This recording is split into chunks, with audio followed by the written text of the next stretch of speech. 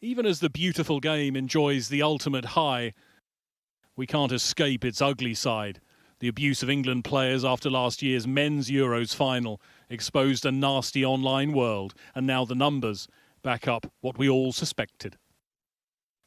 Analysis of more than 2 million tweets in the first 5 months of last season found that almost 7 out of 10 players were abused at least once.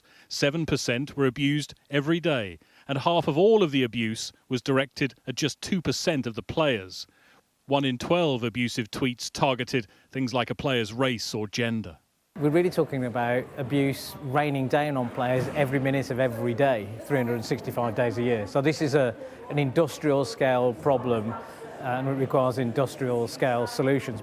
Of the 10 most abused players on Twitter, 8 played here, the most on any one day aimed at Cristiano Ronaldo on the day he rejoined this club. And the researchers say some of the tweets are identical, suggesting there might be some coordination to these abusive attacks. Former players say social media has accelerated what's always been there. You've got to then look at how do they use what's available to them to be able to put out this vile abuse? And that is the social media platforms. That means the tech companies, the tech giants, they all have to look at ways that when they're building their platforms, they have to make it safe for everybody that's using them. Tweets, it's that one negative tweet that sort of hits the most. The research focused on the men's game, but among those discussing the findings, a rising star of women's football.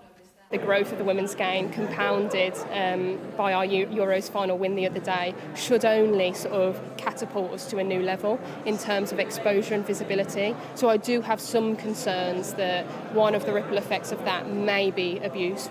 What then is the answer?